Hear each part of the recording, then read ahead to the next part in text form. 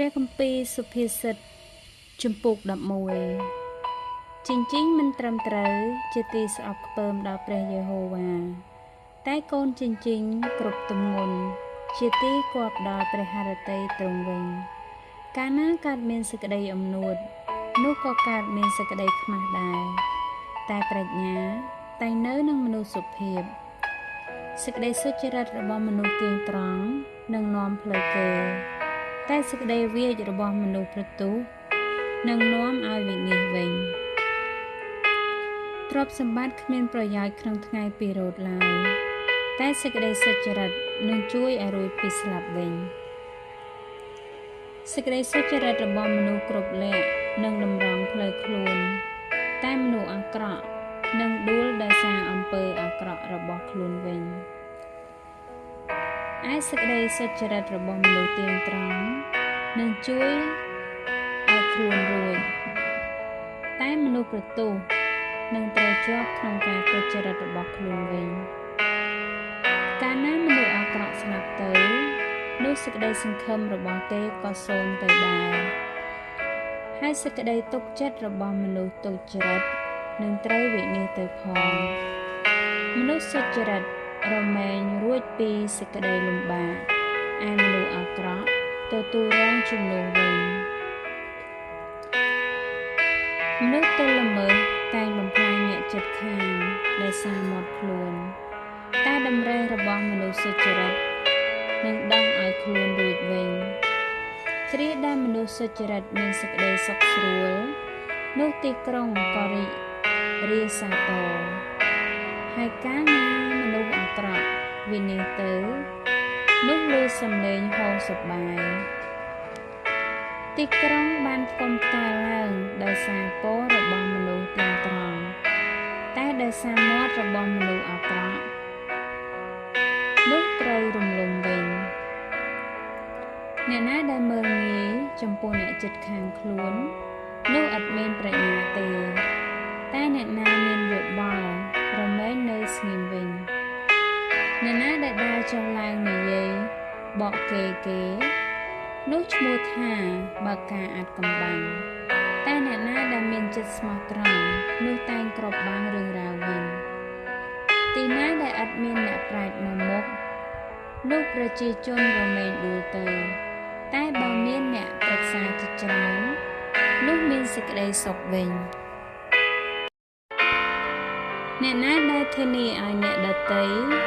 នោះនឹងត្រូវពិបាកណាស់តែអ្នកណាដែលមិនចូលចិត្តនឹងការធានានោះនឹងបានសុខវិញ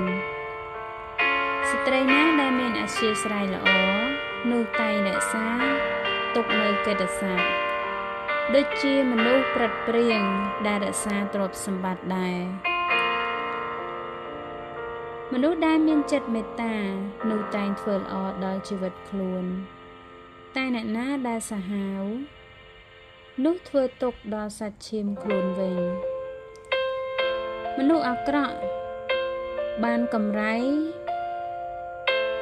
ដែលតែងតែលលួងតែអ្នកណាដែលផ្សាយសេចក្តីសុចរិតនោះបានរង្វាន់យ៉ាងជាប់លាប់ចំណែកសេចក្តីសុចរិតតែងនាំឲ្យបានជីវិតតែអ្នកណាដែលដេញតាមអំពើអាក្រក់នោះរមែងធ្វើឲ្យខ្លួនស្លាប់វិញអ្នកណាដែលមានចិត្តវាចនោះជាទីស្អប់ខ្ពើមដល់ព្រះយេហូវ៉ាតែអ្នកណាដែលគ្រប់លក្ខក្នុងផ្លូវខ្លួនប្រព្រឹត្តនោះជាទីគប់ដល់ព្រះハរតីទ្រង់វិញទោះបើព្រួតដៃគ្នាគង់តែមនុស្សអាក្រក់នឹងមិនរួចពីទោសឡើយតែពូជពងរបស់មនុស្សសុចរិត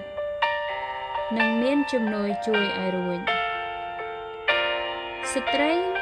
មានរូបស្រស់ល្អដែលឥតមានគំនិតមាយាទនោះប្រៀបដូចជាក្រវិលមាសដែលពាក់នៅច្រមុះជ្រូកសេចក្តីប៉ងប្រាថ្នារបស់មនុស្សសុចរិតនោះសុទ្ធតែល្អតែសេចក្តីសង្ឃឹមរបស់មនុស្សអាក្រក់នោះត្រូវខាងសេចក្តីក្រេវក្រោធវិញមានមនុស្សដែលចែកផ្សាយទ្រព្យតែ ហើយចេះតែចម្រើនកើនឡើងក៏មានមនុស្សដែលហួងហែងហួសខ្នាតតែគេចេះតែខ្វះខាតវិញមនុស្សដែលមានចិត្តសទ្ធានឹងបានបរិបូរណ៍ហើយអ្នកណាដែលស្រោចទឹកដល់គេនោះនឹងបានគេស្រោចទឹកដល់ខ្លួនដែរ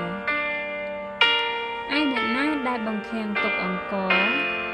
បណ្ដាជននឹងប្រតិចប្រសាអ្នកនោះតែនឹងមានពរស្ថិតនៅលើក្បាលនៃអ្នកណាដែលលក់ឲ្យវិញអ្នកណាដែលព្យាយាមស្វែងរកសេចក្តីល្អនោះរមែងបានគេរាប់អានដល់ខ្លួនដែរតែអ្នកណាដែលស្វែងរកតាមអាក្រក់ការអាក្រក់នឹងកើតដល់អ្នកនោះឯងអ្នកណាដែលទីពឹងចំពោះទ្រព្យសម្បត្តិខ្លួននោះនឹងត្រូវដួលចុះតែមនុស្សសុចរិតនឹងចម្រើនឡើងដូចជាស្លឹកឈើខៀវខ្ចីអ្នកណាដែលនាំឲ្យកើតវឹកវរក្នុងផ្ទះខ្លួននោះនឹងក្រងបានខ្យល់ជាមរតកហើយមនុស្សងាយងើនឹងធ្វើជាបាវបំរើដល់មនុស្សប្រាជ្ញផលរបស់មនុស្សសុចរិតនោះជាដើមឈើនៃជីវិតហើយអ្នកណាដែលមានប្រាជ្ញានោះរមែងចាប់បានព្រលឹងរបស់មនុស្សមើលពួកមនុស្សសុចរិតនឹងទទួលបានរង្វាន់នៅផែនដីទៅហើយចុះឯមនុស្សអាក្រក់និងមនុស្សមានបាបតើនឹងទទួលសំណងលើសជាងអំបាម៉ានទៅ